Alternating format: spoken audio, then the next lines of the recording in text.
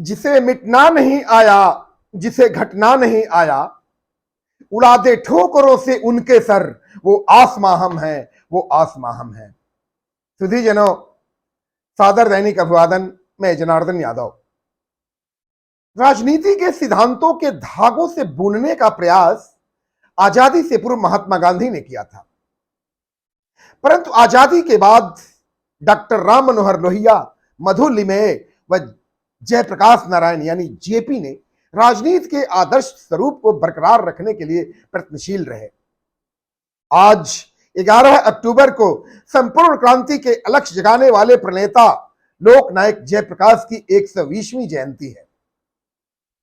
11 अक्टूबर 1902 को उत्तर प्रदेश की सीमा पर स्थित बलिया जिले के सिताब दियारा गांव में हरसु दयाल पिता एवं माता श्रीमती फूल रानी देवी के यहां एक कायस्थ परिवार में लोकनायक जयप्रकाश का जन्म हुआ था।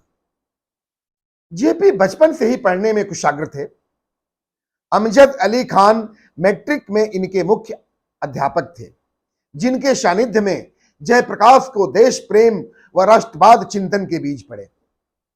वर्ष 1919 में मैट्रिक परीक्षा प्रथम श्रेणी से उत्तीर्ण की और उन्हीं दिनों भारतीयों पर अंग्रेजों का अत्याचार चरम सीमा पर था।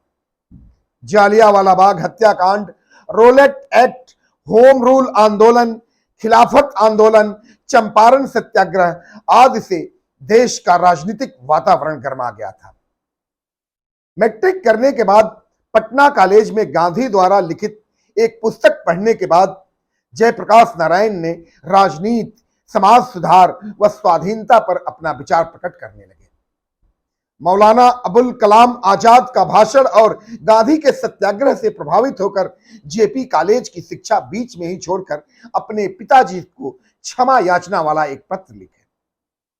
चंपारण सत्याग्रह में गांधी जी को भरपूर सहयोग करने वाले कांग्रेसी नेता व दरभंगा में वकालत करने वाले प्रसिद्ध वकील ब्रजकिशोर बाबू की पुत्री प्रभावती जी से इनका विवाह हुआ।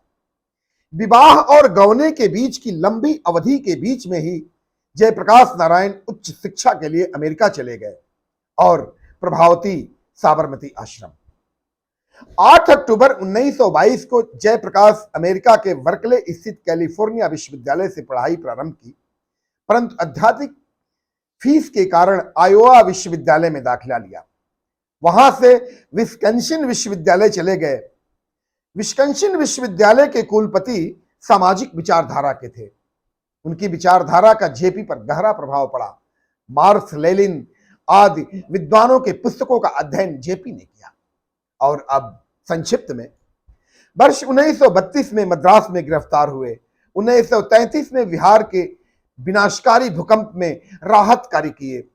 1939 में द्वितीय विश्व युद्ध में अंग्रेजों का साथ न देने का आह्वान जेपी ने किया था।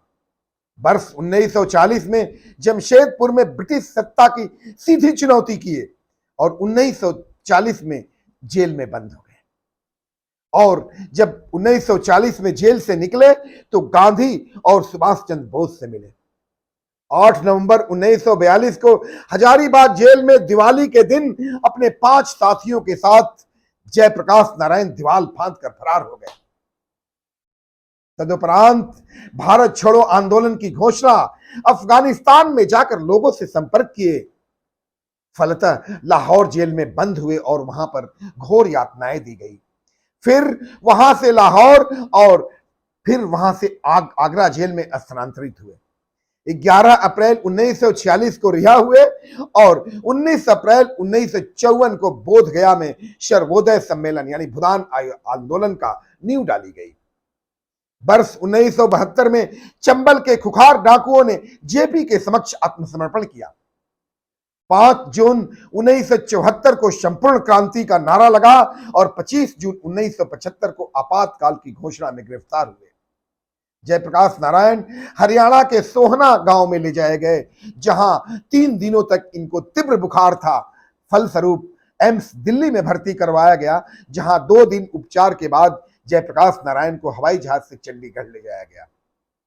लोकनायक जयप्रकाश नारायण के संपूर्ण क्रांति के प्रभाव से ही तत्कालीन प्रधानमंत्री इंदिरा गांधी लोकसभा का कार्यकाल 1 वर्ष तक बढ़ा दिया।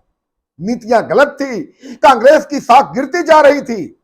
1977 में आम चुनाव की घोषणा हुई, कांग्रेस की करारी हार हुई और फलतः मोरारजी देसाई देश के प्रधानमंत्री बने। उधर जयप्रकाश नारायण के स्वास्थ्य में लगातार गिरावट आ रही थी और भारतीय स्वतंत्रता आंदोलन का यह अद्भुत सिपाही भारत माता की गोद में 8 अक्टूबर 1979 को सदा के लिए सो गया।